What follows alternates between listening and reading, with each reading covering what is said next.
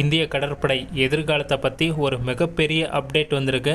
2047 India தன்னோட first nuclear powered aircraft கேரியரை உருவாக்க திட்டம் போட்டிருக்காங்க. இது செயல்பாட்டுக்கு வந்துருச்சுன்னா இந்திய கடற்படையோட பவர் ரொம்பவே அதிகமாகும். ஏற்கனவே நம்ம கடற்படை நேட்டோ ஸ்டாண்டில் தான் இருக்குது. இந்த நியூக்ளியர் பவர்டு ஏர்கிராஃப்ட் கேரியரை பற்றி இந்த வீடியோவில் முழுசாக பார்க்கலாம். வாங்க வீடியோக்குள்ளே போகலாம்.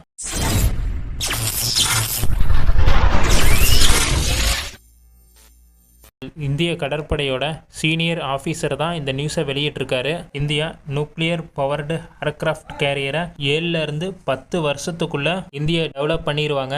ஏற்கனவே BARC Bhabha atomic research centre S5 ballistic missile சப்மரீனுக்காக 190 கிலோவாட் நியூக்ளியர் ரியாக்டரை உருவாக்கி வச்சிருக்காங்க. இந்த டெக்னாலஜி தான் ஃபியூச்சர்ல ஏர்கிராஃப்ட் கேரியர்லையும் பயன்படுத்த போறாங்க. 190 கிலோவாட் நியூக்ளியர் ரியாக்டரை இன்ஸ்டால் பண்ணா 75,000 டன் இருக்கிற நியூக்ளியர் கேரியரை நம்ம ஈஸியா பயன்படுத்த முடியும். எப்படி இருந்தாலும் 2040 இந்த நியூக்ளியர் பவர்டு ஏர்கிராஃப்ட் கேரியரை உருவாக்கி முடிச்சிருவாங்க. இது செயல்பாட்டுக்கு வரதுக்கு ஒரு 7 வருஷம் ஆகும். இதோட இருக்கிற முக்கியமான டெஸ்ட் எல்லாம் முடிச்சு 2047 இதை செயல்பாட்டுக்கு கொண்டு வந்துருவாங்க. அதாவது இந்திய கடற்படை கிட்ட முழுசா ஒப்படைச்சிருவாங்க.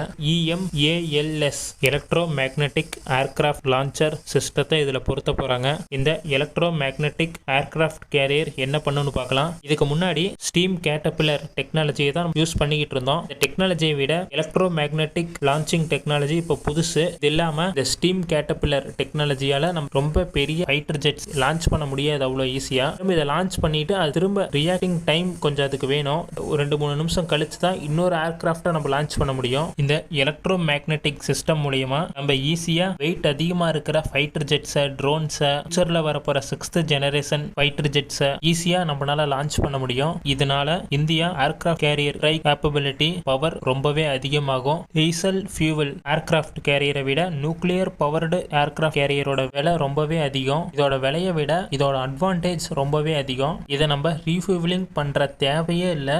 வார கணக்கு, மாச கணக்கு இல்லை, வருஷ கணக்குல இதை நம்ம ரீஃபியூவலிங் பண்ணவே தேவையில்லை. கட்டத்துக்கு மேல அந்த நியூக்ளியர் ரியாக்டருக்கு பவர் முடிஞ்சிருச்சுன்னா அதை மாத்துவாங்க. இல்லைன்னா அதுல இருக்கிற மெட்டீரியலை மட்டும் மாத்திடுவாங்க. அது திரும்ப 10-20 வருஷத்துக்கு அது உழைச்சிக்கிட்டு இருக்கும். ப்ராஜெக்டால இந்தியா ப்ளூ வாட்டர் நேவியா மாற போகுது. இப்போ இந்தோ பசிபிக் பகுதியில் ஒரு பிரச்சனைனா ஃபர்ஸ்ட் அவர் அட்டாக்க பண்ண முடியும். அதே நேரத்தில் ரொம்ப நாளுக்கு அந்த இடத்துல நம்ம செயல்பாட்டிலையும் இருக்க முடியும். சீனா கேரியர் ஃபிளீட்டை ரொம்ப வேகமாக டெவலப் பண்ணிக்கிட்டு இருக்காங்க. நியூக்ளியர் பவர்டு கேரியரையும் டெவலப் பண்றாங்க, டீசல் பவர்டு கேரியரையும் டெவலப் பண்றாங்க. இதை சமாளிக்க இந்தியாவுக்கு ஒரே வழி இந்த நியூக்ளியர் பவர்டு ஏர்கிராஃப்ட் கேரியர் தான். இப்போ நம்ம டீசல் பவர்டு கேரியர் தான் நம்ம வச்சிருக்கோம். இதை வச்சே நம்ம இந்தியன் ஓசனையே நம்ம கட்டுப்படுத்திக்கிட்டு இருக்கோம். அதுவே நியூக்ளியர் பவர்டு ஏர்கிராஃப்ட் கேரியர் நம்ம கைக்கு வந்துருச்சுன்னா இந்தோ பசிபிக் பகுதி முழுக்க நம்மளால அழுத்தத்தை தெரிவிக்க முடியும். அந்த பகுதியை நம்ம ஈஸியா கண்ட்ரோலும் பண்ண முடியும். 2047 இந்திய கடற்படை ஃபர்ஸ்ட் நியூக்ளியர் பவர்டு ஏர்கிராஃப்ட் கேரியரை யூஸ் பண்ண ஆரம்பிச்சிருவாங்க.